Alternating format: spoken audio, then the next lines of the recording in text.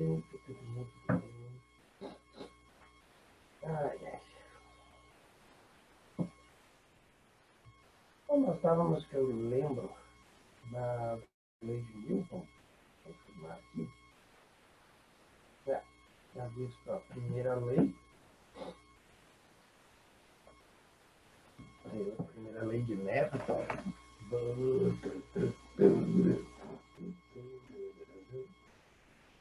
Hoje damos sequência, hoje nós matamos as leis e vamos para a próxima etapa, vamos para o de força.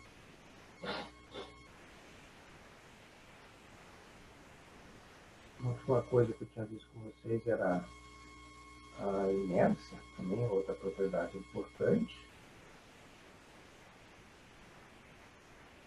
Aquela resistência que o corpo tem, a propriedade que o corpo tem oferece uma resistência a mudar o seu estado. Né? Isso eu tinha visto também na última parte. Então, vamos dar sequência. Vou compartilhar aqui a tela do meu iPadzinho lindo, maravilhoso. Coisa estranha, às vezes eu vou conectar e tem que carregar um outro programa. Pois é.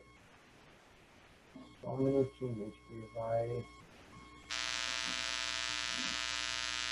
carregar aqui. Tá pronto, aqui.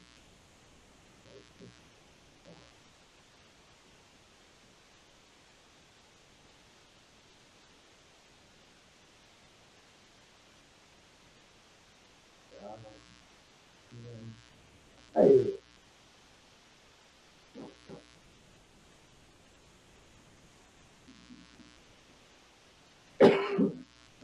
Vamos lá então.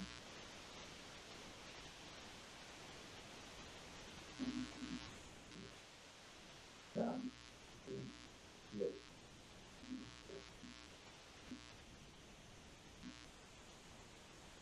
Bom, gente,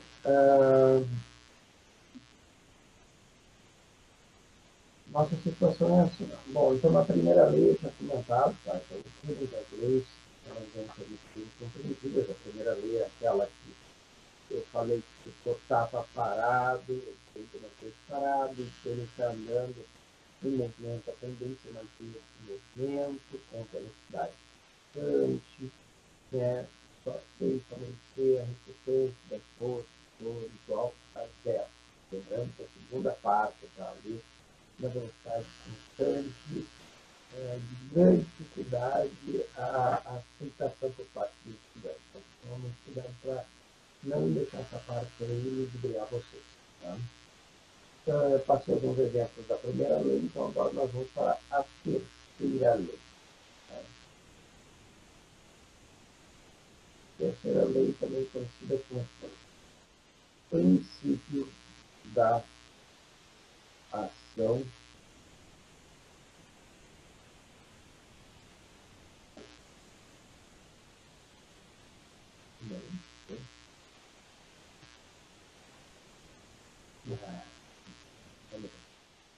ação e reação. Bom, o que é importante nesse princípio? Ele também não é um princípio que tem parte de cálculo. Pois é.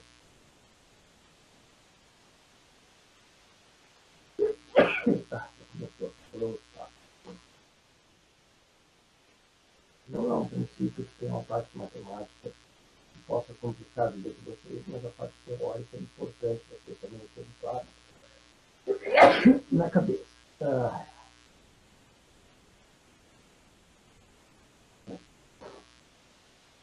Bom, o que diz o princípio da ação-reação? Isso naturalmente pode ser a rede, Iago. Essa parte de alteração da minha voz e robótica, que não é a minha voz quando eu acordo, pode ser a rede também, devido a essas falhas. Tá?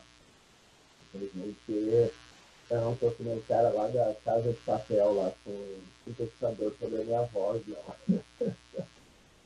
O computador que digitaliza ela está enviando para vocês, é meio estranho, provavelmente.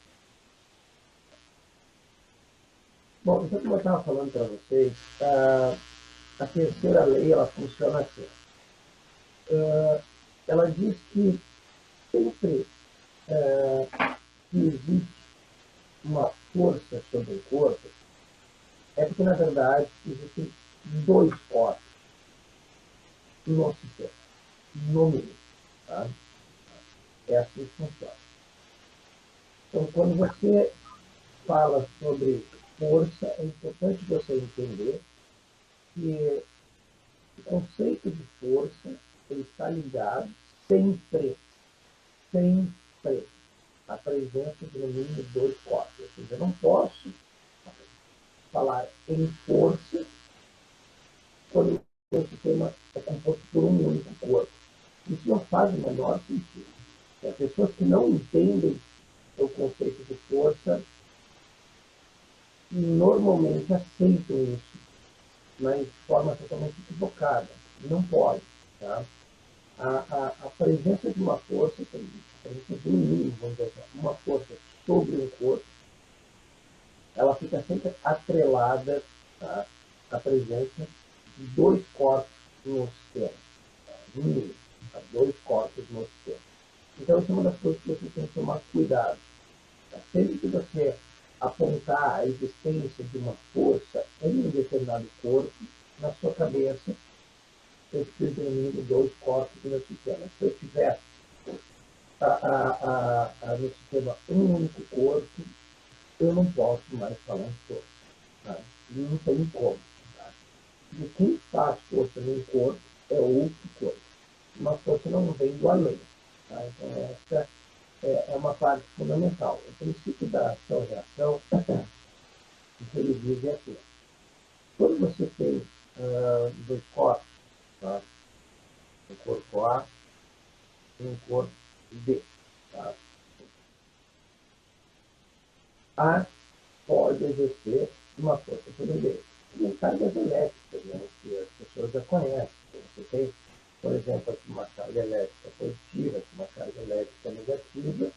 Tá? Então, a gente sabe que o corpo A exerce sobre B uma força, tá, elétrica e atrativa que aponta para ele.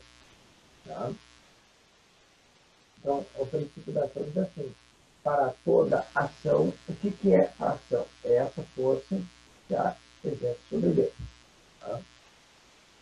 É isso que você tem que tomar cuidado. Desculpe, gente, mas eu posso sair fora e conectar de novo, se você quiser. Tá? Mas eu não tenho como melhorar o meu áudio. Né? Infelizmente, esse milagre eu não posso fazer. Eu vou cair fora e vou voltar de novo. Mas, não, mas posso dizer que eu não tenho como mudar aqui. Como é que eu saio mais aqui? Sair daqui, ó.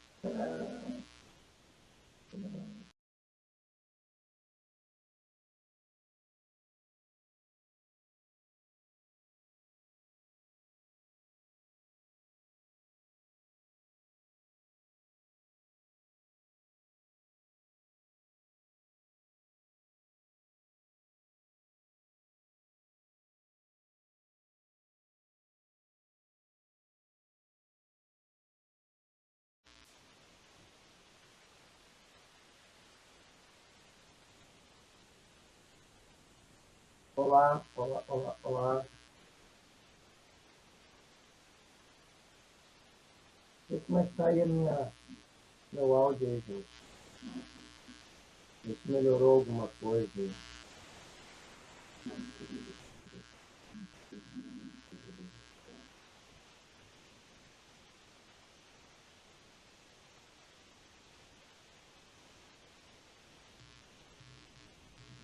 Entendeu?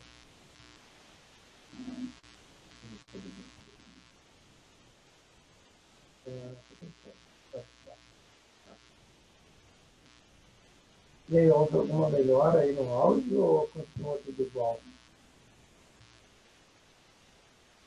Deu um retorninho aí para dizer que melhorou o áudio. Alô, teste, ei, ei, ou, uhul. Nada? Mesma coisa. É, como eu disse, esse meu áudio aqui, eu não sei se é porque a internet está gerando algum problema, a minha máquina, infelizmente, não tem muito o que fazer, né? A máquina primeiro não me dá recurso para mexer muito no microfone. Até que eu posso ver aqui, ó, ele me permite aqui alterar o tipo de microfone, mas eu vou tentar aqui mexer. Alô, alô, alô, mudou alguma coisa? Acabei de mexer aqui no Zoom. Tem uma configuração aqui no microfone. Deixa eu mudar alguma coisa. Alô, alô, alô, alô. Eu acho que sim, o pessoal também reclama no Facebook. Eu acho que não tem nada a ver com o programa, tem a ver com a máquina. A dona é a máquina. Deixa eu tentar fazer um outro teste. Então,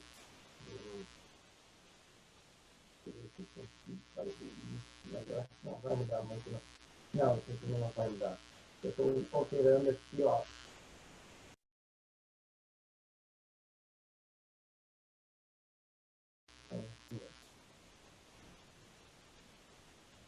Não tem muito mesmo o que fazer, tem que ser por aqui. Porque no Facebook também, o pessoal, o meu áudio também não fica bom. Não faz essa diferença. Acho que até vocês já tinham reclamado no Facebook antes de vir pro Zoom. Vocês já estavam reclamando que meu áudio já estava ruim, estava daqui, não sei o quê, blá blá blá. Isso aí já não é um problema de software. É provavelmente um problema aqui do meu hardware. Então, não tem mesmo muito milagre. Então tem que se acostumar com a minha voz e né? Esqueçam a minha voz do meu presta atenção no que eu falo, que é melhor. É o mais importante para você. Ok? Posso vir? Mas a voz de vocês, como é que sai? Eu não sei se robotizada a voz de vocês. Se não me engano, quando eu vi vocês falando, também não ficava mudo, não ficava grande coisa. Mas enfim, então, como eu estava dizendo para vocês aqui, na terceira lei, então, quando você tem dois corpos, tá? O corpo A exerce uma força, por exemplo, se o A e o B são cargas elétricas, como exemplo que eu estou dando, tá? O A, como ele é positivo, o B é negativo, o A exerce uma força atrativa sobre o B. Essa força atrativa que eu estou sinalizando aqui, ela é chamada de ação. Tá? O princípio, ele diz que sempre que o corpo A exerce uma força sobre o corpo B, o corpo B também exerce uma força sobre A. Tá? Essa força que B exercerá sobre A, ela é chamada de reação. Tá? Eu estou tentando ter o maior cuidado possível de fazer o desenho das forças, tá? Porque a lei, ela diz que a primeira, a força ali que eu desenhei, vou chamar aqui, por exemplo, FAB, que é a força que A exerce sobre B, né? E a outra eu vou chamar de FBA, que é a força que B exerce sobre A. Eles usam esses códigos, vamos dizer assim, tá? A terceira lei diz que esse par, que é chamado par ação e reação, são par de forças, tá? Essas duas, cuidado, essas forças nunca serão iguais. Se vocês marcarem que as forças são iguais, vocês erram na questão vestibular. Tá? Tenham isso bem claro na cabeça. São seus módulos F, A, B, assim, é que são idênticos. Ou eu posso escrever assim.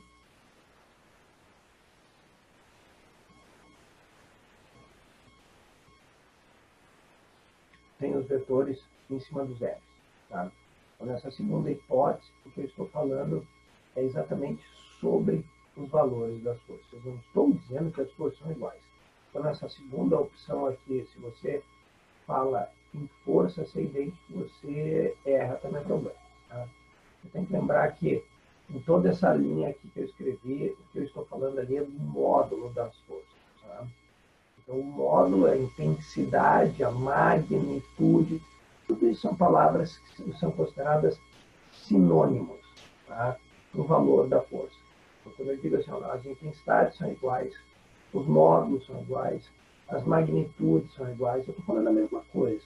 Tá? É isso que eu estou dizendo. Então, a terceira lei de Newton diz que o par ação-reação, ou seja, para toda ação haverá uma reação com a mesma intensidade. Como vocês podem observar na própria figura, as duas forças têm a mesma direção, que é horizontal, porém elas têm sentidos opostos.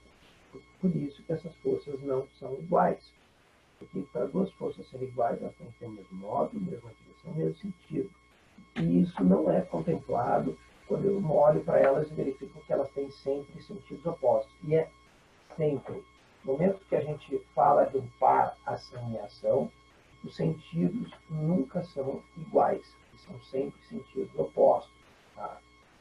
Então, de acordo com a terceira lei de Newton, tá? Para toda ação haverá uma reação com a mesma intensidade, com a mesma direção, sentidos opostos. Observe que o par ação-reação deve estar aplicado em corpos diferentes. Par ação-reação não pode estar aplicado no mesmo corpo. Se você marcar isso também no vestibular, que você pega ratão, né, chama assim, tá? Você perde a questão também. Em hipótese alguma, indique que um par ação-reação esteja aplicado no mesmo corpo. Então, isso não é válido, isso não é correto, isso viola a lei. Porque se a gente está falando de forças que são aplicadas em corpos diferentes, no momento que eu digo que comparação e reação está no mesmo corpo, eu errei. Tá? Então, tem que tomar muito cuidado com isso. E, por último, né, então, para toda ação haverá uma reação com a mesma intensidade, com a mesma direção, sentidos opostos, aplicados em corpos diferentes. E, por último, com a mesma natureza de força. Tá? Esse para essa reação tem que ser do mesmo tipo de força. Nesse caso, como eu dei um exemplo de cargas elétricas, essas forças FAB e FBA são forças elétricas. Tá? Então, elas não podem ser forças de naturezas diferentes. Um exemplo disso, clássico, que já caiu em vestibulares, é o caso, por exemplo, de termos um bloco sobre uma superfície e os alunos que já estudaram física sabem que tem uma força para baixo e tem uma força para cima sobre esse bloco. E eles, alguns acreditam que esse par de força aqui é um par ação-reação. Não pode. Porque, de novo, tem duas forças e elas estão aplicadas no mesmo corpo. E essas forças têm naturezas distintas. Então, há duas razões para considerar isso aqui um para-ação-reação falso. Tá? Não é correto. Primeiro, porque estão aplicados no mesmo corpo. E segundo, porque essas forças são de naturezas distintas. Então, não marquem uma condição dessa, uma condição que possa ser levado a crer que isso é para-ação-reação. Não é. Tá?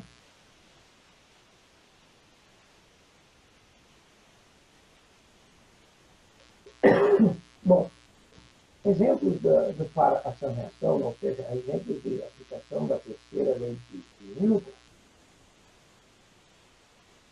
nós temos vários exemplos. Por exemplo, se a gente pega o caso da Terra e da Lua, tá? A gente tem a Terra, o planeta Terra,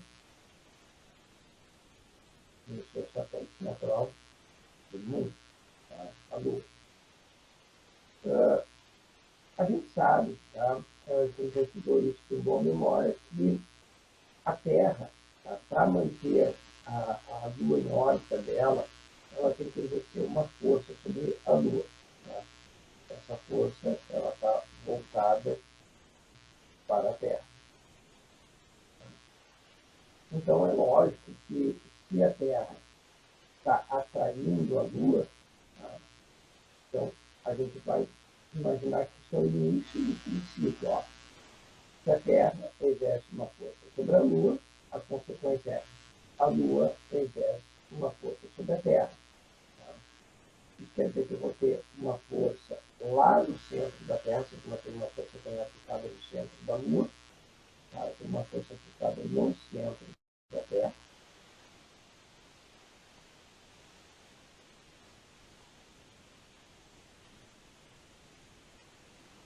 E esses dois vetores devem ter o mesmo tamanho, indicando que eles têm a mesma intensidade. Aqui entra mais uma pegadinha deles.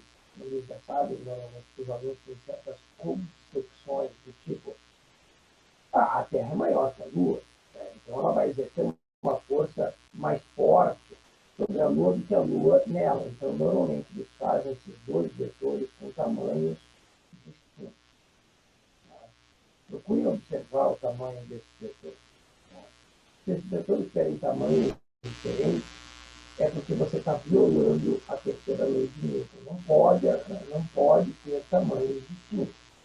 Tem que ter tamanho módulo. O módulo é o mesmo. A intensidade da força é a mesma. A magnitude da força é a mesma. Tá? Então, eles são par, ação, reação. Essas forças têm a mesma natureza, têm a mesma direção, têm o mesmo módulo, sentidos opostos, aplicados em corpos diferentes. Tá? Então, a gente tem que tomar cuidado exatamente para não ser ludibriado nesse problema.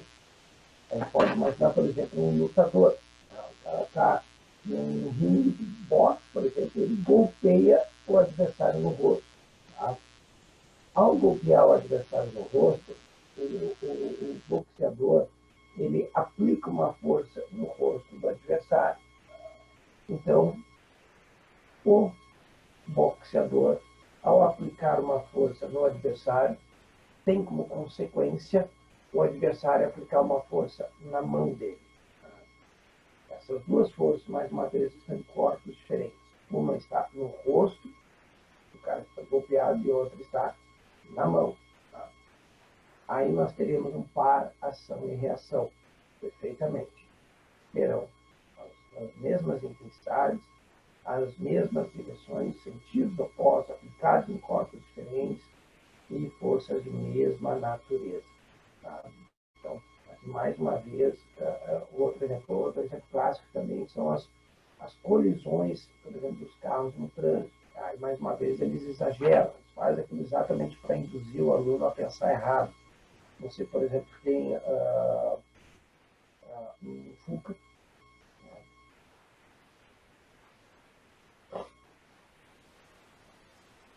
e aqui um caminhão parado.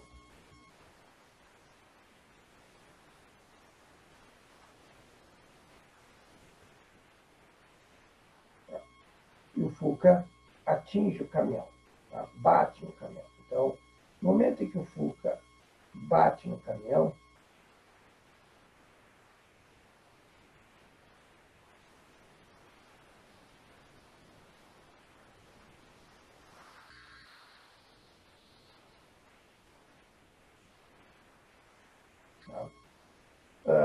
o Fuca vai exercer uma força sobre o caminhão. Tá? E, mais uma vez, o princípio entra em ação. Se o Fuca exerce uma força sobre o caminhão, essa é a chamada ação. A consequência é que haverá uma reação, ou seja, haverá uma força feita pelo caminhão sobre o Fuca. A tendência deles, já como a ideia é criar na cabeça do aluno a ideia de que o caminhão é grande, e que o caminhão então vai exercer uma força no Fuca maior do que o Fuca vai exercer nele. É falso. Tá? O Fuca vai exercer uma força que terá a mesma intensidade que o caminhão exerce sobre ele, com a mesma direção, tá? Com sentidos opostos, aplicadas em corpos diferentes e de mesma natureza. Mas por que então o Fuca se amassa, ocorre um estrago muito maior no Fuca? Bom, isso depende do material. Tá? Depende do material. É a mesma coisa que você pegar e dar um soco no olho de uma pessoa. Você vai ver que o olho vai inchar e a mão praticamente não mexe. Ela pode sofrer alguma escoriação? Pode, mas não vai ter o mesmo efeito do que o olho da pessoa. Aí o motivo é, o olho da pessoa, nessa região que tem muito mais terminações nervosas, então o efeito é muito mais drástico, é uma região mais sensível. Essa região aqui é uma região voltada muito mais tem muito mais osso e muito menos terminações nervosas.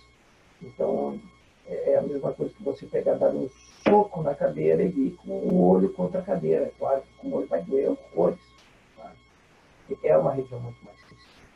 Então, se eu pego e bato na mesa, eu sinto uma dor, mas é uma dor suportável. Agora, se eu fizer a mesma coisa com o olho, é uma dor insuportável. Tá? Porque é uma região muito mais sensível. A terminação nervosa, sim, mas é em muito menor quantidade que nós temos nessa região. A mesma coisa o FUCA. O FUCA tem um material que não tem a mesma rigidez que tem o material que é feito, às vezes, o caminhão. Então, os estragos no FUCA é maior e isso independe da intensidade das forças, ou seja, a força que o FUCA faz no caminhão tem a mesma intensidade que o caminhão faz no FUCA.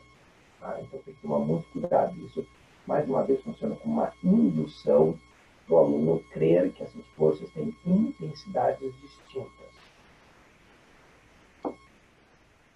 Como é que tá? Tudo bem até aí?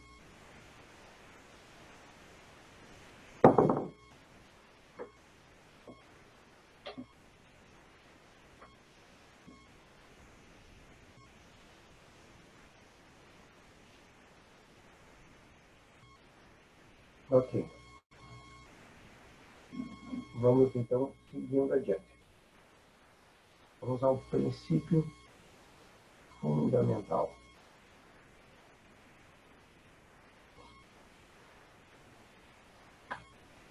Bom, aqui entra a parte matemática e das leis de Newton, tá? Então, você tem que tomar cuidado. Nós tratamos sobre o princípio fundamental. Aqui a gente pode dizer mais ou menos assim, ó. O princípio fundamental, ele vai agregar uma informação a qual o primeiro princípio não detém. Tipo, o primeiro princípio trata de duas condições: o corpo está parado, né? Mantém-se parado, está em movimento, mantém-se em movimento com velocidade constante, se e somente se a resultante das forças for igual a zero. Então, sempre que o corpo estiver parado ou andando com velocidade constante, nós sabemos que a resultante é nula. Mas, então, quando a força resultante, ou seja, o somatório das forças que atuam no corpo, for diferente de zero, qual a consequência que nós temos sobre esse ponto? A consequência é que esse sistema possuirá uma aceleração. Tá? É assim que nós temos que entender o sistema.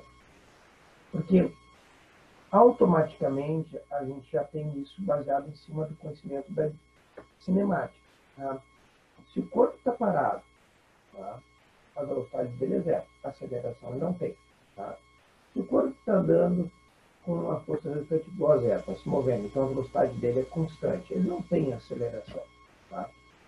Então, nos sobra que quando a força resultante é diferente de zero, então o sistema tem que possuir aceleração. Essa é a regra. Tá? Vamos ver por exemplo.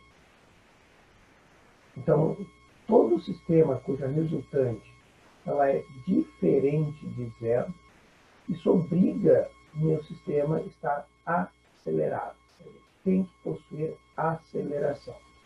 Tá? Se ele não possuir aceleração, então recai na primeira lei de Newton. É assim que tem que entender.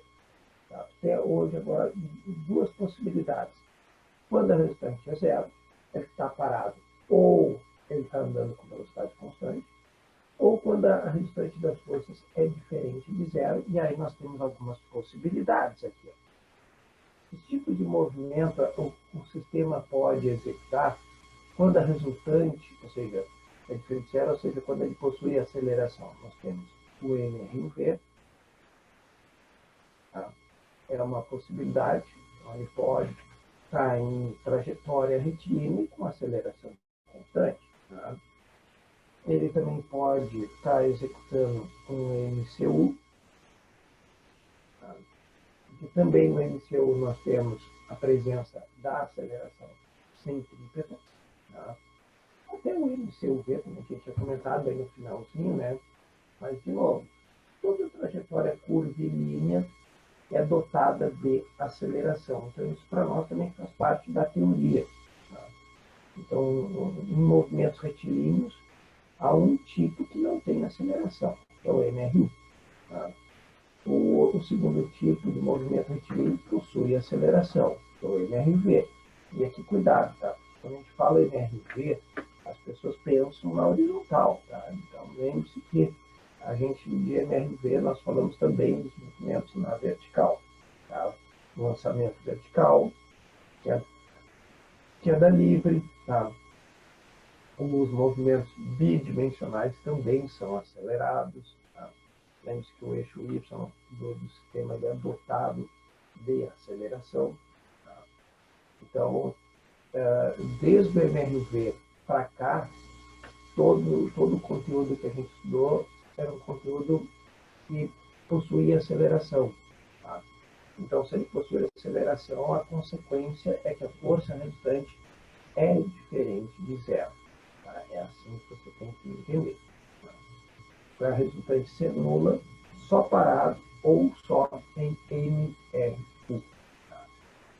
E, bom, então nós temos aí a possibilidade de MRV, temos possibilidades, tá? Se eu sei apenas que a resultante das forças é diferente de zero, eu não posso afirmar que ele está em MCU. Sem ver o sistema, eu não posso. Eu posso dizer que ele pode estar em MCU. Então, a gente tem que tomar muito cuidado com o uso das palavras. Tá? E isso é uma das coisas assim, que mais me preocupa nos estudantes. Às vezes, o descuido com o uso da palavra. Porque numa prova de concurso, gente, o vestibular é um concurso público. Os caras, às vezes, eles fazem muito bem as questões, elas são muito bem escritas, de forma a tentar ludibriar vocês. Então, se vocês não tomarem cuidado com a língua portuguesa, vocês perdem a questão. Então, cuidem disso. Há uma diferença muito grande entre dizer assim, ó, a força resultante sendo diferente de zero, ele é obrigado a estar em MRV. Tá? E outra, dizer assim, ó, pode estar em MRV. Então, são frases totalmente diferentes, com consequências totalmente diferentes uma da outra. Tá? Então, tem que tomar muito cuidado. Então, a minha resultante sendo diferente de zero, obriga o sistema a possuir aceleração e ele pode estar executando um MRV, pode estar executando um MCU, ou também pode estar executando um MHS, movimento harmônico simples. Tá? Nós veremos bem mais para frente. Tá? Então, há uma gama de possibilidades grandes aí de movimentos em relação à resultante ser não nula. Tá? Bom, por que razão eu coloco essas setinhas aqui? Né? Bom, as pessoas vão dizer assim, porque são grandezas vetoriais. Em parte está correto, tá? Mas quando a gente descreve a segunda lei, ou o princípio fundamental, tá? Ela é descrita da seguinte maneira, definida da seguinte maneira.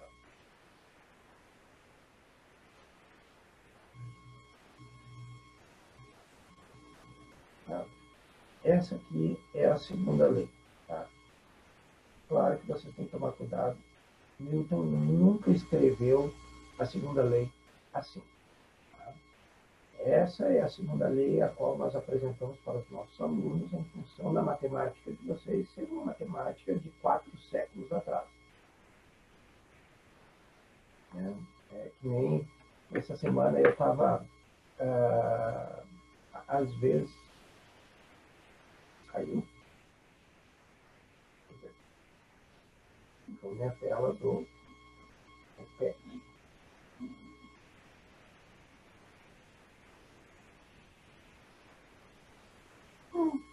O que está acontecendo aqui na tela? Deixa eu compartilhar de novo o meu tilt aqui.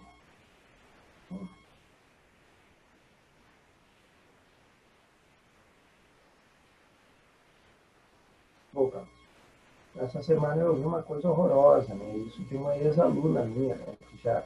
que já, ela, acho que é da área de saúde até, por sinal, ela esteve até fora do Brasil, estudou, acho que foi na Suíça, na Suécia, alguma coisa do tipo. E ela, por exemplo, tentando descrever o comportamento desse vírus aí, usando uma relação, tipo uma regra de três, né? Que é o que a gente ouve muitas pessoas falando, até as pessoas de escala mais alta. Mas a gente tem que lembrar sempre, gente, que 99 quase por cento da população só conhece uma matemática básica. É uma matemática que a gente pode dizer de 4 séculos para trás. Ou seja, para entender o mundo moderno, só entrando numa universidade numa área humana, porque a matemática ela é muito sofisticada. Tá? E no caso do vírus não é muito diferente. Assim como da segunda lei, Newton nunca escreveu essa coisa que está escrita na tela de vocês, força resultante igual massa vezes aceleração. Lembra que eu falei para vocês, né, na história, Newton nunca teria escrito uma coisa tão simples assim. Foi um matemático que escreveu isso, chamado Euler. Tá? A forma como Newton escreve a segunda lei é, obviamente, usando cálculo. Tá? Então, eu vou mostrar uma outra forma, tá, que ainda está dentro do nosso conteúdo, que é a forma como Newton descreve a sua segunda lei, mas dentro da nossa linguagem, que a gente possa entender. Tá? Então, a gente tem que tomar muito cuidado com isso. Essa minha ex-aluna, ela estava querendo usar uma regra de três para dizer, olha, se nós temos tantos por cento de mortos com um número X de habitantes, então, quando nós tivermos uma contaminação, por exemplo, com 70% da população, então nós vamos ter tantos mortos. Isso, de novo, é um erro tão básico, né, principalmente para alguém que já passou por uma instituição de nível superior, não tem cabimento. Uma pessoa, ela sabe que o comportamento do vírus não é esse, ou seja, à medida que aumenta o número de infectados, começa depois a diminuir o número de mortes, porque isso funciona como uma barreira para ampliar o contágio.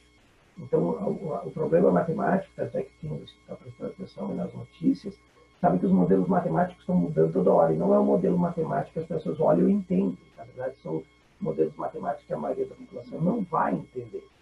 É muito mais complicado.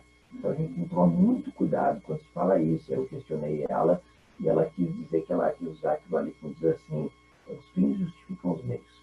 Aquilo ali chegou a me doer na alma, porque primeiro, depois eles reclamam que a ciência ela perde crédito. Né? Mas quando as pessoas fazem essas cagadas, só tende a perder crédito. Isso não é nada bom para nós, assim, isso é muito ruim. Mas como eu estava aqui falando para vocês, tá? Ai, porcaria de sujeito. Essas setinhas colocadas aqui em cima da fórmula, tá? Elas têm um propósito importante. Tá? Não é porque as grandezas são vetoriais. Vocês devem anotar isso, por gentileza. Tá? Registrem isso se possível. As setinhas ali em cima é para indicar que a força resultante e a aceleração, que são grandezas vetoriais, sim, são grandezas vetoriais, mas as duas terão sempre a mesma direção e o mesmo sentido. Sempre. Não esqueça disso. Tá? Quando você olha para a interpretação, não olhe apenas como uma fórmula. Olhe para ela de forma que você possa entender que ela está te dizendo, além de que a força resultante de um sistema é dada pelo produto da massa vezes a aceleração do sistema, é que a força resultante e a aceleração, cuidado porque as pessoas tendem a dizer assim, ó, força igual a massa vezes a aceleração. Isso não é a segunda lei de Newton. Não existe essa fórmula no trabalho de Isaac Newton. Força igual a massa vezes a aceleração. Não existe. O que existe é força resultante. Ou seja, um somatório de forças, termo de vetores, não é valores, uma soma algébrica, é uma soma vetorial de forças, é dada pelo produto da massa vezes a aceleração do sistema. E essa aceleração é um vetor e a força resultante é outro vetor. Estes dois têm que ter a mesma direção, o mesmo sentido.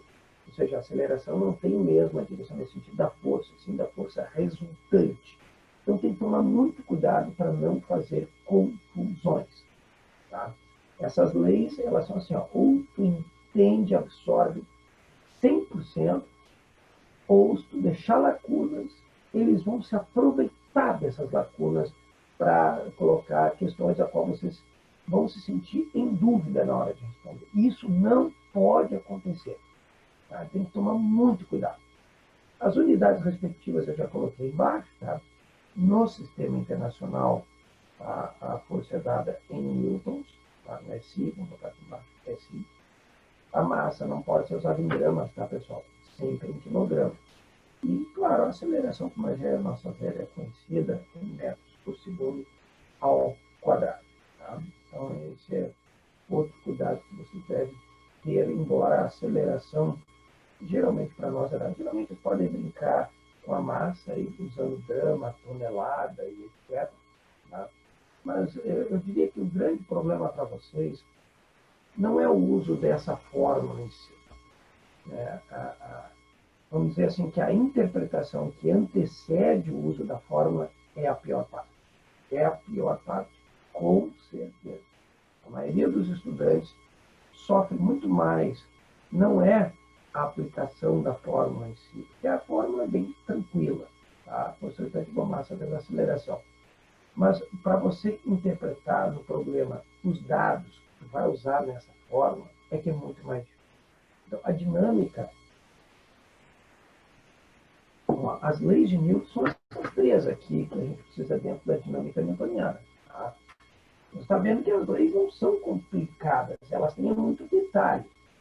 Tá? Esses detalhes teóricos, sim. Essa parte você tem que tomar um cuidado imenso. Tá? A próxima parte que a gente vai ver depois, quando começa a aplicar o uso dessa forma, aí a gente começa a ver que a coisa complica bastante. Bom, se alguém tiver alguma dúvida, pode perguntar. Estou seguindo aqui.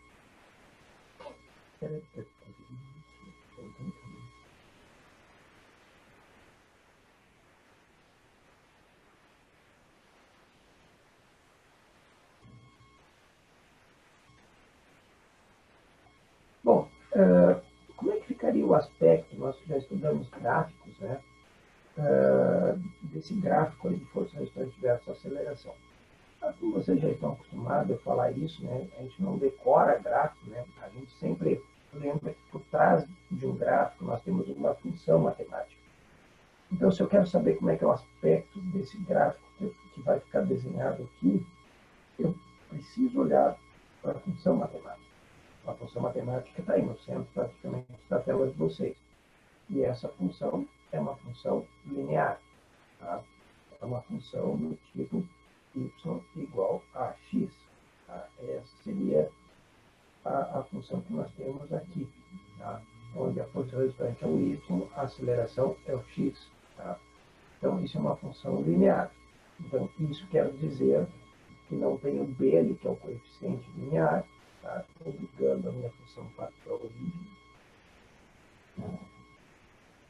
Tá?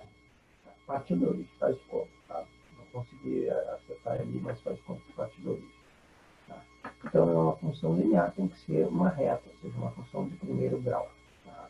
Então, o cuidado que você deve observar é que força resultante versus aceleração tem que dar uma reta. Tá? E o ângulo aqui, tá? Que é também chamada de declividade, perdão, não é chamado de ângulo, é uma coisa. O ângulo que está relacionado com o que nós chamamos de declividade, vamos formular corretamente a coisa. A declividade é o coeficiente angular da reta. Pela nossa equação anterior aqui, essa fórmula aqui, o coeficiente angular é exatamente o elemento da fórmula, a massa. Tá? A massa, aqui na minha equação, é o coeficiente angular. Portanto, nesse gráfico aqui, essa declividade é dada pela massa. Tá? Então, quando você calcula, ou pelo menos tem dois gráficos, digamos que você tivesse um sistema que tenha duas retas, você pode comparar as massas. A gente sabe que essa reta estando mais próxima do eixo da força resultante, quer dizer que o meu sistema tem uma massa mais maior de grande. E se estiver mais próximo do eixo da aceleração, então ela tem uma massa menor. Tá? Então, o valor da massa, ele altera-se se ele está mais próximo de cada um dos eixos. se você colocar um gráfico a qual eu possa comparar as massas, então os dois têm parte da origem aqui, então tem o corpo 1 e o corpo 2. Tá? Eles vão fazer as perguntas básicas, a massa do 1 está aumentando, a massa do 2 está aumentando, mas aqui isso é verdadeiro, né? Note que a reta ela tem declividade constante, quer dizer que a massa é sempre a mesma. E a massa do corpo 1 é maior que a massa do corpo 2, porque o ângulo da reta é maior.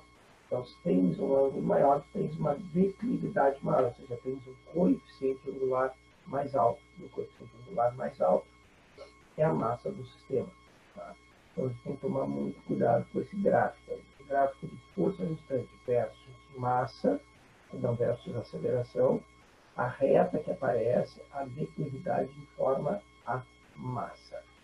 É claro que às vezes eles podem, em vez de falar em força resultante, eles podem falar em força. É possível, professor? Sim. Observe que isso aqui é uma condição particular, tá? Isso aqui é uma condição particular, é um caso particular. Mas não tinha dito que tinha que ser força resultante, que põe agora a força. Pense comigo assim, se eu tiver um corpo, tá? Sob a ação de uma única força, tá? É lógico que essa única força, que a F, é a própria força resultante. Tá? Lembre-se que a força resultante é uma soma vetorial. Tá?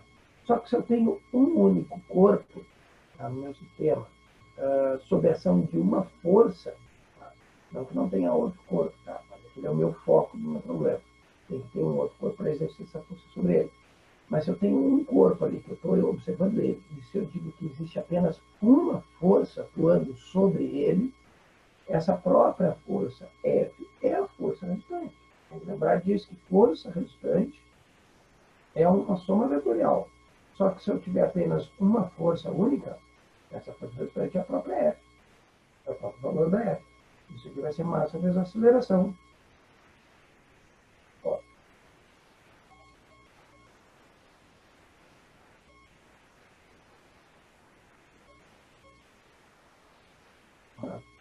E aí eu posso escrever o gráfico da mesma forma. Então vocês não devem pensar assim, ah, tá, então tá, o professor errou, olha aqui, ó, ele disse que não tinha F por A. Claro que tem F por A. Não, eu estou dizendo que não existe fórmula. É claro que quando tu tem uma única força, ela é própria resultante. Então não há problema tu botar F por A. Não tem problema tu colocar, em vez de escrever força resultante igual a massa vezes aceleração, fazer força igual a massa vezes aceleração para essa questão. Porque essa é a própria força resultante. Tá? Tem que tomar muito cuidado. Agora, quando eu tenho 2, 3, 4 forças, eu não posso fazer isso. Porque quando eu tenho que analisar a resultante, eu tenho que fazer a soma vetorial. Tá? E isso, então, portanto, é um caso particular. Isso não é a regra. Tá? Então tem que tomar cuidado. Você não pode dizer que isso aqui é a fórmula da segunda lei de Newton. Não, isso é um caso particular onde o F é a própria força resultante. Então, cuidem para não se confundir no sistema. Tá? Há muitos detalhezinhos nesse aspecto. E se vocês não cuidarem desses detalhezinhos, como sempre, a gente acaba perdendo a questão. Vocês vão ver na lista, quando vocês receberem ela, eu espero que vocês já estejam aí fazendo aquele CU, mas quando vier a de dinâmica, gente, a quantidade de questões teóricas é muito grande, é enorme. E o pessoal erra bastante essas questões. Tá? E erra por uma razão lógica. A maioria das pessoas não entende direito as leis de Newton, não tem essas definições muito claras na cabeça. Então, tu acaba permitindo cair em armadilhas. Então, o cuidado que você deve ter sempre é esse. Compreenda direitinho toda a parte conceitual, porque é onde estará boa parte das questões. A maioria das questões, quem gosta de parte teórica, teoricamente deveria ficar feliz nessa matéria, mas não é bem assim. Ano após ano que eu tenho visto, comentado com o pessoal, é a parte assim, que até eu considero assim, um pouco mais traumática. Tá? O pessoal às vezes se esforça horrores para tentar, às vezes, responder as questões certinho, mesmo assim na dinâmica toma pau. Mas lembre-se, isso faz parte. principalmente para vocês que são alunos de medicina, tá? Não se incomodem em errar as questões da lista, não se incomodem. O importante é que quando tu erra, tu tem que entender por que tu errou. Se aquilo ali se aparecer novamente de forma parecida do vestibular, tem que estar vacinado. É assim que tem que funcionar. Tá? Então, toda e qualquer questão que vocês erram na lista, procurem entender bem o que vocês erraram na questão. Tá? Absorve, não é errei, droga, vira página. É sempre errei, o que eu errei, o que me levou eu a pensar dessa forma e alterar isso na cabeça da gente. Porque senão tu acaba recaindo novamente no erro. Então tomem muito cuidado com isso aqui que eu coloquei aqui embaixo. Aqui é um caso particular. Tá? Então tem que tomar muito cuidado, isso aqui não é a regra. Tá? A regra, nós falamos de força bastante, mas não há nenhum problema em representarmos esse gráfico de força dessa aceleração, porque eu estou analisando o comportamento de uma única força no sistema. Tá? Que essa única força é a própria força resultante. Então não há problema nenhum.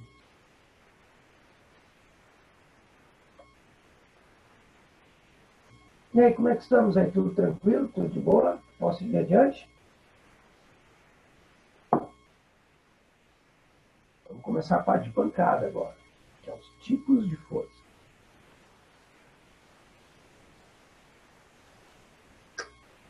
Tá?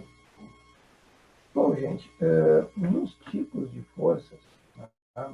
Aqui é a parte mais extensa. Falar das três leis é a parte que eu considero mais rápida. Aí, nós pegamos aí uma parte da aula passada, mais o primeiro período, praticamente eu acredito quase que em 2 períodos nós matamos aí as três leis. Tá? Agora, os tipos de força, a conversa é bem mais extensa. Talvez nós vamos precisar quase o dobro do tempo para poder, ou até mais, terminar. Porque aqui nós temos um número muito grande de forças, tá, que nós vamos discutir, e mesmo assim não vamos discutir todas as forças. Tá? Muitas forças ainda vão aparecer durante o caminhar do nosso ano. Tá? Aqui nós vamos comentar as forças que são muito mais pertinentes à área da mecânica. Mas lembre-se, não interessa se a força é uma força gravitacional, uma força elétrica ou uma força magnética. Falou em força, o que você tem que ter bem claro na sua cabeça? Ela vai sempre obedecer aos princípios de Newton. É assim que funciona. Tá? O fato de eu não comentar aqui na nossa aula uma força magnética não quer dizer que ela vai violar as leis de Newton. Pelo contrário, ela segue obedecendo essas leis. Então, tome sempre isso como regra. Não interessa qual parte da física. Você está tratando com forças, você tem que lembrar das leis de Newton. Tá?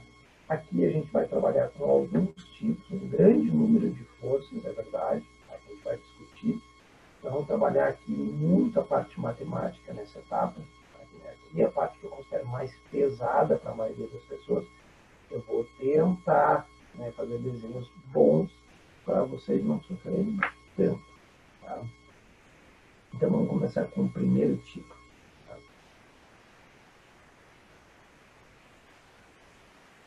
A força de origem gravitacional.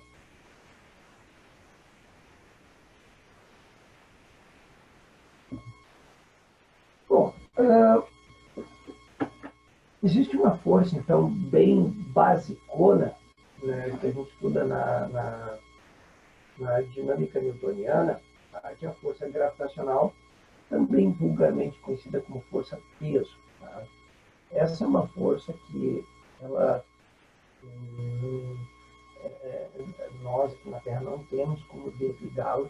Tá?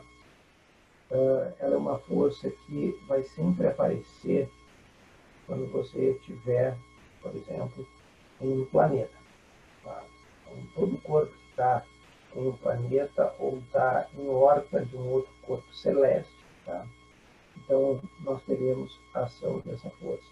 Então, se você estiver aqui, a Terra tiver um objeto, a Terra tende a puxar esse objeto. Tá?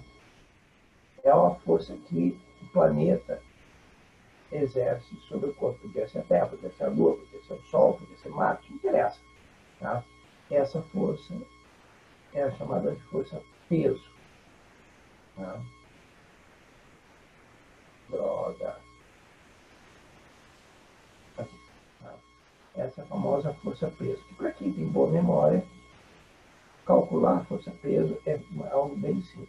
Você pega a massa de quem sofre a ação da força. Quem é que sofre a ação da força? É esse corpinho aqui. Tá? Esse cara que está sofrendo a ação da força que a Terra está fazendo sobre ele. Né? Então, esse cara aí, a gente pega a massa dele e multiplica por esse G, que é nosso velho conhecido, tá?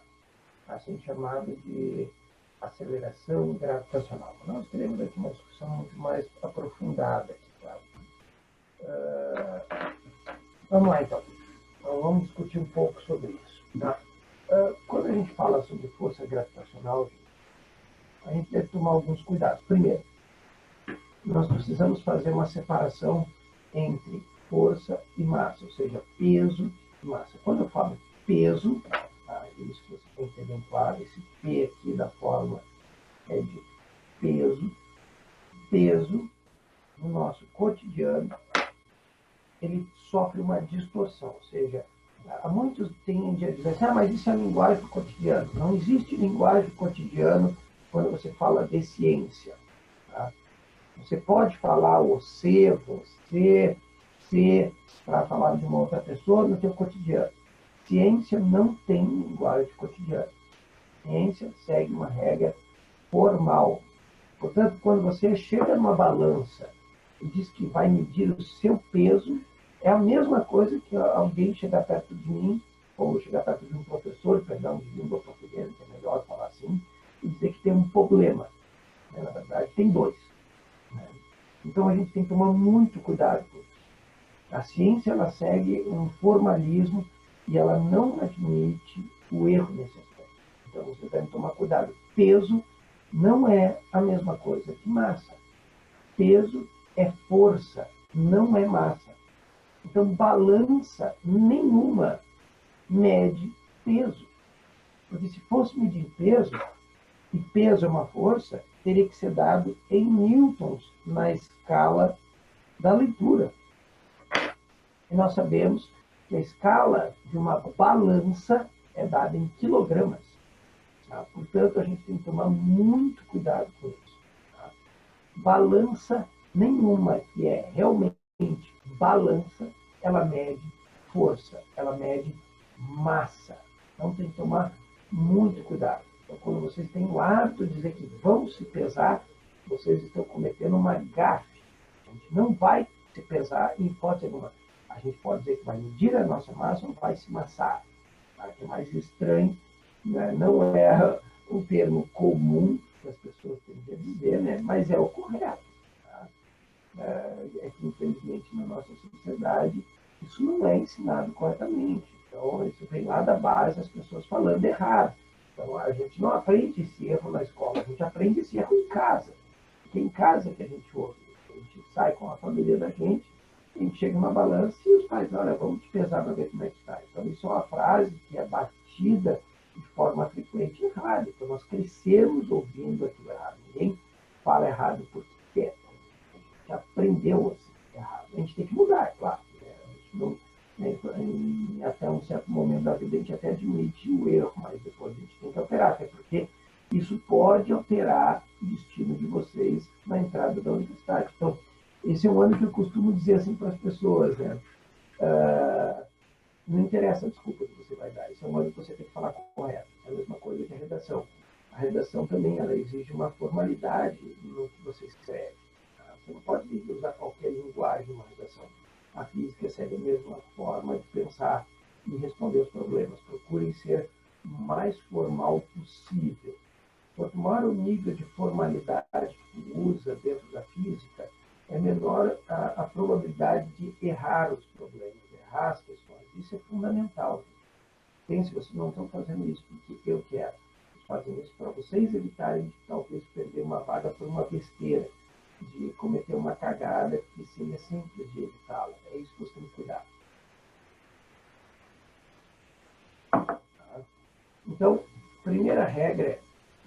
não é a mesma coisa que massa. Peso é uma força, massa é uma propriedade do corpo.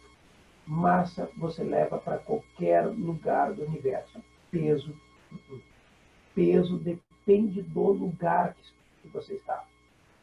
Isso quer dizer que você pode ter peso e pode não ter peso. Tá? Você tem que tomar muito cuidado com isso. Se você está num espaço longe de qualquer planeta, você pode não ter peso, mas a sua massa você está carregando com você. Tá? Mas, professor, como é que eu faria para não ter peso? Bom, aí vem uma discussão mais aprofundada em cima dessa equação, tá? Que eu vou começar a fazer agora. Olha só, esse termo aqui que eu vou destacar na nossa fórmula, esse Gzinho agora aqui, ele passa a ser nosso alvo na nossa discussão. O que é esse G de fato? Tá? Nós sabemos que o nome dele é aceleração gravitacional, aceleração da gravidade. Mas há um problema. Se eu colocar um referencial aqui dentro da minha sala, tá? E, por exemplo, vocês estão olhando, na minha porta ali, tá? Eu tenho um instrumento musical pendurado. Tá? E se eu perguntasse para vocês, bom, eu poderia calcular o peso daquele cara? Claro, professor, é só que ter a massa que a gente calcula dele. Ok, eu pegaria a massa dele e multiplicaria pelo valor do G. Né? Mas a minha pergunta é, esse G da equação, ele está agindo agora sobre aquele instrumento ali pendurado na porta? As pessoas vão dizer, sim, claro, está agindo.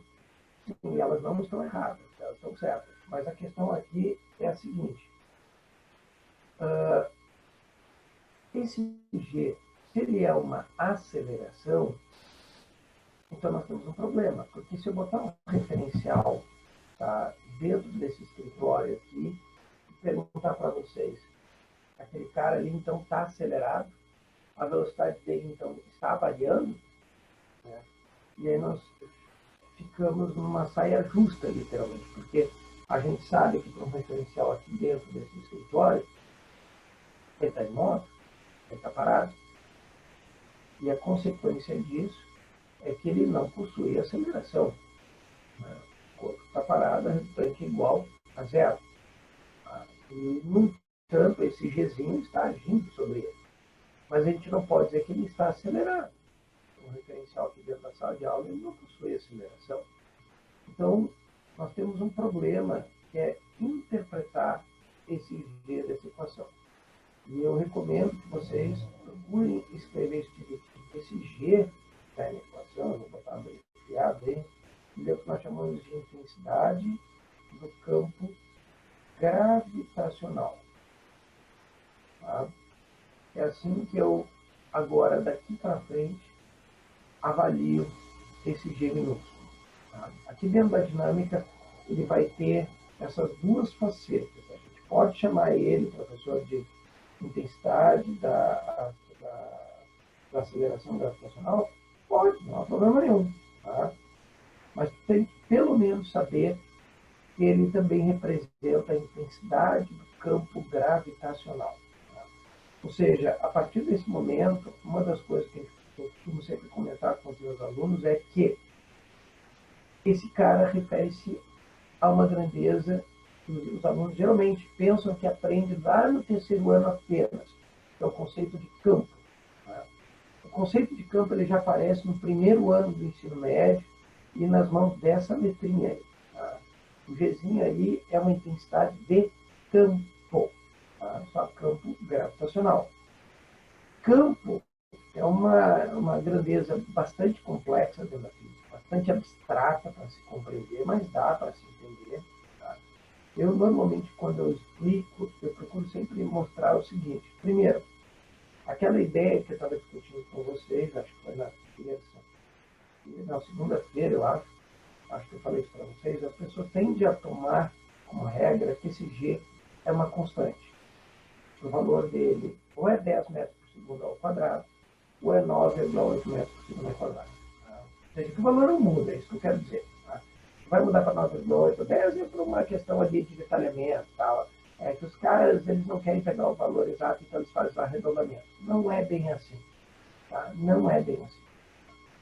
Quando nós falamos que isso é campo, na verdade, esse cara ele varia e varia vertiginosamente. Tá? Todo e qualquer corpo produza campo, não interessa qual for a natureza desse campo. Tome muito cuidado com isso. Se é campo gravitacional, se é campo elétrico, se é campo magnético, tá? Todo e qualquer campo ele responde da mesma forma. A tipificação, tá, traz apenas características de um em relação ao outro um pouco distintas. Mas existe uma característica que é comum a todos os campos. É que você tem que ter uma fonte que cria o campo. Essa é a primeira regra. Você precisa de uma fonte. Tá? Eu posso dizer que essa fonte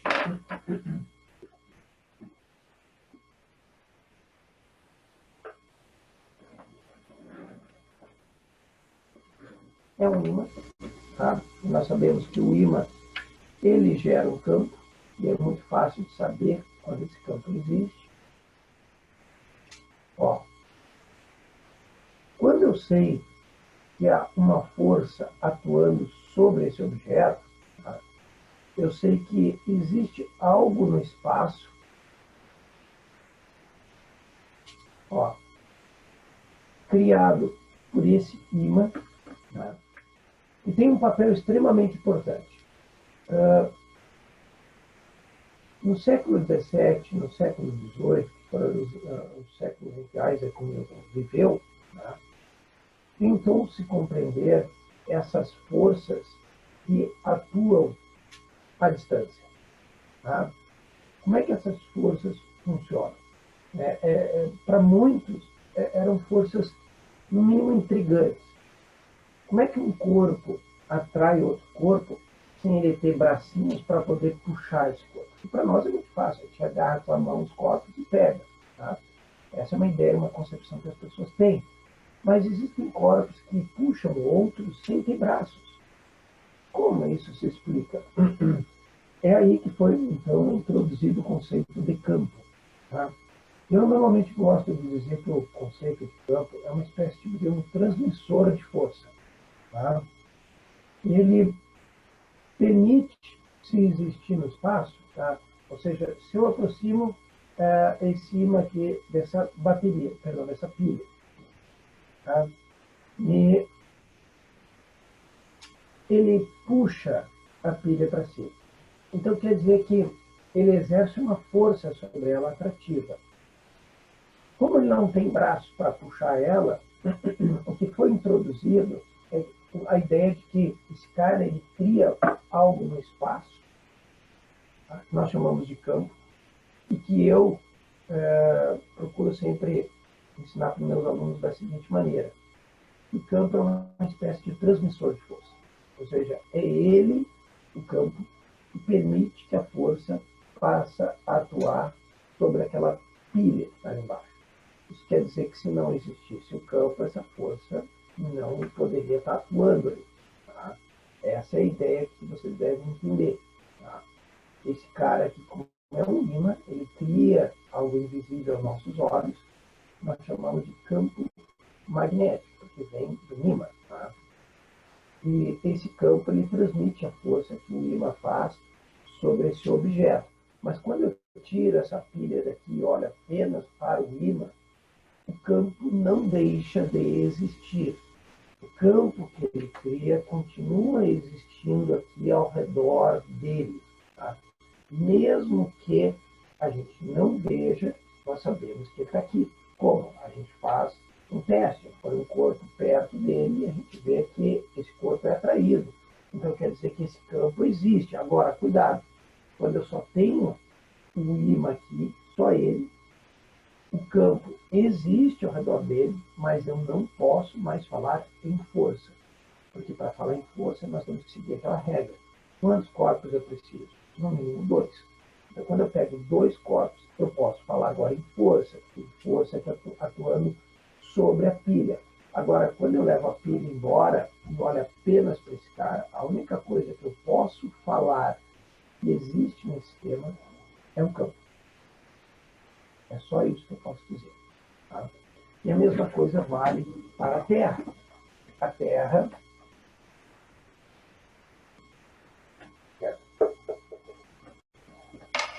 Terra, ela atrai os corpos para si. Eu coloquei essa canetinha aqui, ela é puxada pela Terra. Tá? Ela é puxada por essa força aí que a gente está discutindo. Então, isso quer dizer que se a Terra exerce uma força sobre os corpos ao redor dela, à distância, lembre-se disso, você está falando de uma força que atua à distância. A Terra não tem bracinhos para agarrar os objetos e puxar para si. Então, você está falando de uma força que depende da existência de um campo para poder estar atuando sobre um corpo. Então, a Terra ela cria um campo invisível ao redor dela, tá? Ao qual permite interagir com outros objetos que têm massa. Tá? E esse campo é chamado de gravitacional. Essa palavra gravitacional, tá? Tem que tomar muito cuidado com isso. Tá? Porque as pessoas dizem que os objetos caem por causa da gravidade. Gente, cuidem. Não é a gravidade que puxa os corpos para baixo. É a Terra. É a Terra que faz essa coisa. Sempre que tu mencionar que a gravidade, está de novo cometendo outro erro. Tá? Gravidade, eu costumo sempre falar isso. Assim, as pessoas falam que a gravidade puxa os objetos para baixo, mas na verdade elas nem sabem o que elas estão falando. Elas não entendem direito o que é a gravidade. Tá? Então, a minha recomendação para vocês também é essa. Não falem isso, porque não é a gravidade que exerce força, porque a gravidade não é um corpo. Quem exerce força sobre um corpo é outro corpo. E gravidade não é um corpo. Tá? A palavra gravitacional, ou gravidade, ela vem dessas duas palavras aqui, duas sílabas, vamos dizer assim. Vamos separar aqui. Isso aqui que eu estou marcando aqui. O grave. Tá? A palavra grave ela vem do latim, que quer dizer corpo pesado. Tá? Então, quando nós estudamos a gravidade, nós estamos falando de interações entre corpos pesados, ou seja, corpos que possuem massa. Tá? Então, esse é o primeiro ponto importante. Por isso que nós chamamos da área de gravidade. Tá? Então, cuidem. Então, toda vez que vocês disserem, olha, a Terra puxa um corpo, o nome dessa força é peso. Gravidade não puxa ninguém. Tá? Vocês podem assumir a ideia de que a Terra ela cria ao redor dela um campo gravitacional, sem problemas, tá? Que é o Gzinho que está aqui na minha equação, sem problemas, está tudo certinho. E que, como qualquer campo, conceito de campo, funciona sempre assim. Ó. Se você tem a fonte, que é a Terra, como está ali no meu desenho, e você começar a se afastar da Terra, o campo ele não se mantém o mesmo. O campo ele vai ficando mais fraco. O ímã, vocês viram, eu tinha que estar a uma certa proximidade para ele conseguir puxar a pilha. Ou seja, eu tenho que pegar regiões onde o campo é mais forte. Aí ele transmite uma força mais forte. Ou seja, quando o campo é mais forte, essa força é mais forte. Se o campo é mais fraco, pela nossa equação, o campo e a força são proporcionais. Então, por exemplo, se eu tiver um local, professor, onde não existe campo gravitacional, a minha massa é zero? Não. O seu peso é zero.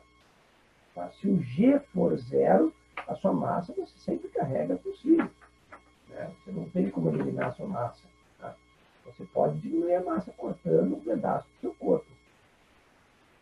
Isso dá para fazer. Aí você diminui, você vai no banheiro fazer o número 2, você diminuiu a sua massa. Tá? Isso acontece. Tá? Mas você fazer com que a sua massa vá para zero, ninguém quer isso. Tá? Então você pode estar no local onde o campo gravitacional é zero, e aí a consequência é que você não tem força atuando sobre o seu corpo de origem gravitacional. Força-peso não existirá.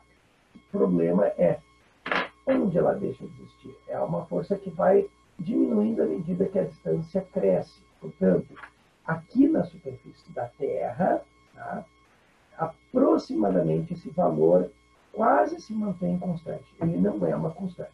Tá? Por que não? Bom, porque quem já conhece bem geografia terrestre sabe que a Terra não é uma esfera. A Terra é um geóide. E a Terra sendo um geóide, aqui está a minha linha do Equador, nós sabemos que o raio polar comparado com o raio equatorial é maior. Portanto, as pessoas que estão aqui sobre a linha do Equador e as pessoas que estão aqui sobre o polo, elas experimentam forças de atração gravitacional diferentes. Ou seja, aqui uma pessoa que está no ponto 1, e aqui a mesma pessoa, vamos chamar assim de pessoa A, uma pessoa que está no ponto A e a mesma pessoa se desloca para o ponto B. Tá? Então, essa pessoa ela tem que ser com a mesma massa. Então, ela estava lá no ponto A, pegou um avião e foi para o ponto B. É lógico que a gente pode dizer que quando ela estava no ponto A, o seu peso no ponto A era maior que no ponto B. Mas por quê? Porque no ponto A ela está mais próxima do centro da Terra. Tá? Então, quanto mais próximo do centro da Terra está, maior é o valor do Gzinho que você tem aqui. Esse G é tanto maior quanto mais próximo da Terra está. Então, se pegar, por exemplo, aqui, ó, uma pessoa na superfície da Terra e depois essa mesma pessoa viajando de avião. É lógico que ela tem um peso maior aqui na superfície da Terra do que viajando de avião. Porque viajando de avião ela está mais distante da superfície da Terra. E quanto mais afastada da Terra ela está, menor é o seu peso. Tá, mas a diferença é grande? Não. Para um avião a diferença é bem pequenininha em relação a nós aqui na superfície. Talvez essa diferença esteja lá na segunda casa após a vírgula. Ah, mas a diferença é pequenininha, mas ela existe, portanto não é igual. Isso já caiu em vestibulares. Acho que isso basta para vocês entenderem. Isso não pode ser colocado de lado. Isso não é irrelevante, isso é relevante. Tá? Quando nós tratamos da dinâmica, a gente tem que tomar muito cuidado. Ah, professor, mas quando tu falava lá na queda livre eu tomava esse G com valor fixo para facilitar os problemas de vocês. Então, vocês não teriam como resolver as questões. Tá? Se eu tomar um G variando, vocês lembram que vocês não sabem resolver problemas de acelerações variáveis em termos de módulo. Tá? Então, a queda livre, ela só é válida, quando eu falei para vocês, talvez vocês lembrem, só para pequenas alturas. Em pequenas alturas do prédio, o teu G praticamente é quase o mesmo. Ele vai variar talvez lá na quinta casa após a vírgula. Então, para efeitos de cálculo, as tuas diferenças são muito pequenas, considerando ele variável ou constante. Entenderam? Então, eu não preciso me preocupar com isso lá na queda livre. Mas aqui na dinâmica eu me preocupo porque aqui pode ser questionado isso para vocês. Tá? Então, o peso de um corpo, quando ele vai caminhando ao nível do mar na superfície da Terra, ele varia? Varia. Ele varia. Ele aumenta quando ele vai do Equador para os polos. Ele vai ficando mais pesado. Porque esse G vai crescendo bem pouquinho, mas ele vai crescendo. É isso que importa. É isso que vocês não podem esquecer. E tomem cuidado. Balança que mede massa só tem um tipo. Tá? Não é essas balanças que vocês vão em farmácia, aquilo ali não é balança. A balança, vou botar sempre assim entre aspas, vai ao supermercado e põe os objetos em cima daquela digital, aquilo não é balança. Tá? Tem que tomar muito cuidado. Aquilo não se chama de balança. Nós chamamos erroneamente de balança. Aquilo é um dinamômetro. O dinamômetro é um aparelho que mede força. Tá?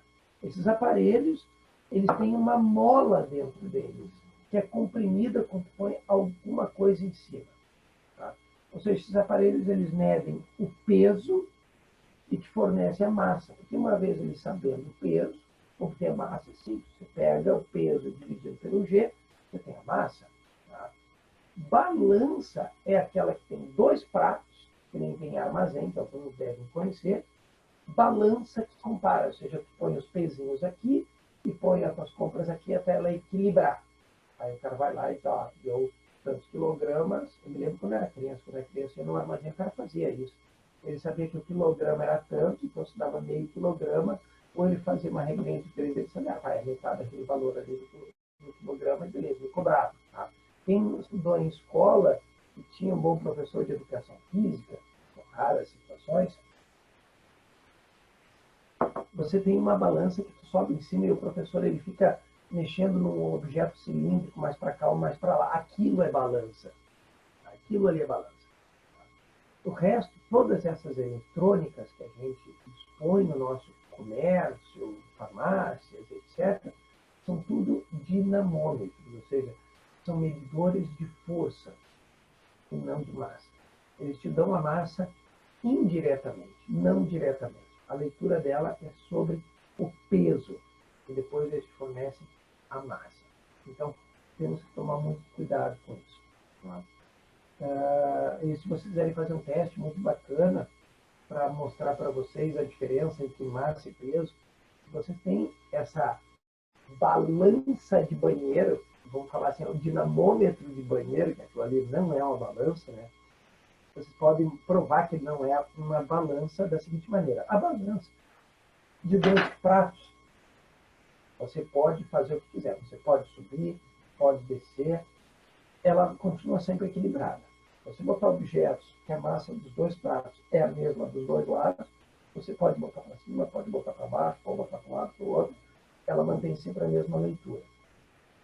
Agora, cuidado. Se você pegar um dinamômetro, não é assim. Essas balanças de banheiro, que são dinamômetros, você pode fazer um teste que é levá-la para dentro de um elevador. Se algum de vocês aqui mora num prédio e tiver elevador no prédio, faça esse teste. Ele é muito bacana. Faça e de preferência, filme e mostre os colegas aí que tiver essa disponibilidade. Sobe na balança dentro do elevador e aperta o botão para subir. Você vai ver que a leitura vai mudar. Tá? Se você apertar para descer, ela também vai mudar. Ela altera os valores, aumentando na subida a massa e diminuindo na descida a massa. Aí a gente sabe que a gente não mudou a massa. Tá? É que mudou a tua compressão sobre o piso da balança.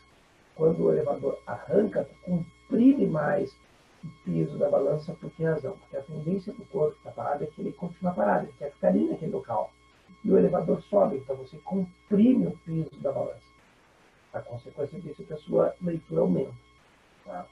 Então, o cuidado que vocês devem ter é esse. Balança real não faz alteração na sua leitura quando você põe para cima ou põe para baixo no seu elevador. Os dinamômetros fazem essa alteração, porque eles não estão medindo massa, eles estão medindo forças. Tá? E, portanto, ele tem que acusar alteração, porque ele não é um medidor de massa. Então, esses são cuidados que você deve observar. Como é que está a coisa, hein? Está tudo tranquilo? Ainda tem gente aqui me assistindo? Tem gente, bastante gente. Tá bom. E aí, povo, como é que está a coisa, hein? Está tranquilo? Eu não está tranquilo. Entenderam até aqui? Note, é importante que vocês sempre discutam comigo se vocês tiverem alguma coisa que não está batendo aí, tá? Se vocês levarem essas dúvidas, provavelmente elas podem recair na prova e complicar a vida de vocês. Portanto, perguntem sempre quando vocês tiverem dúvida, tá? Eu deixo sempre em aberto, justamente para a gente discutir de boa. Tá?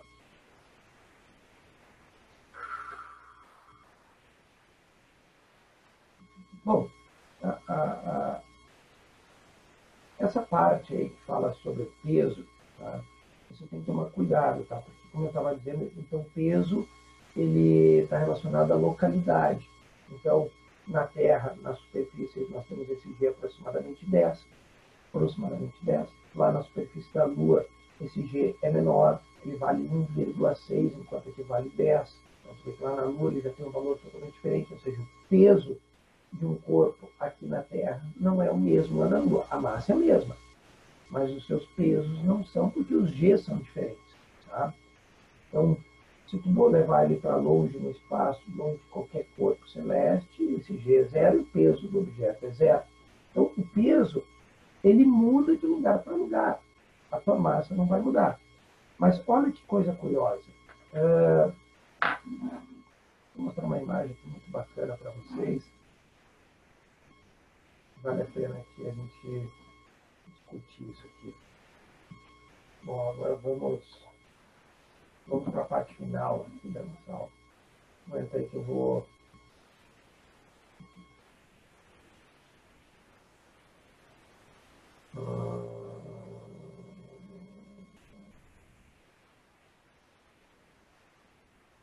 eu acho que essa aí tá. Só um minutinho, vou pegar aqui um vídeo para mostrar para vocês, muito bacana. Ah, meu Deus, documentos, eu acho.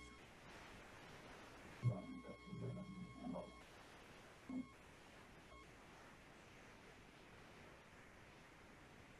Aqui.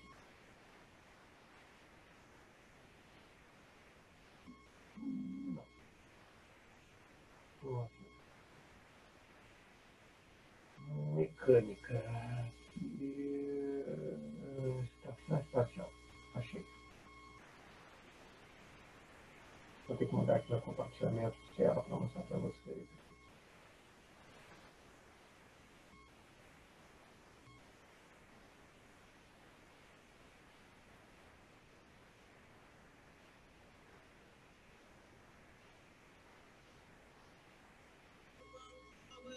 Achei. Aqui. Bom, deixa eu alterar então aqui meu compartilhamento para vocês enxergarem. Então vamos ver aqui, compartilhar desktop, tá? Então fora meu iPad. Ok, compartilhar a tela. Agora vocês estão vendo aí meu desktop, meus queridos? Tá? Bom, aqui é o seguinte, ó. Isso aqui é uma filmagem feita na Estação Espacial Orbital. Tá? Aqui tem cenas muito curiosas para a gente discutir. Ó. Você, por exemplo, pode observar que tem um astronauta aí fazendo exercício. Tá? Isso aí é dentro da Estação Espacial Internacional. Tá? Observe que para ele fazer exercício ele tem que ter essas fivelas aqui, essas cintas aqui, senão ele não consegue. Não dá para ver, Iago? Confirma aí para ver se não já melhorou ou não. Eu compartilhei aqui no desktop, compartilhei a tela. Tá, agora foi, beleza. Ok. Então, como eu estava dizendo para vocês, ó, o cara, para ele poder fazer exercício, ele tem que ficar amarrado, ele não consegue fazer exercício sem estar amarrado ali. Tá? Não tem como. Porque quem já viu como é que os caras ficam dentro da estação espacial, aí vocês podem observar, olha os objetos, ó, eles estão flutuando lá em cima.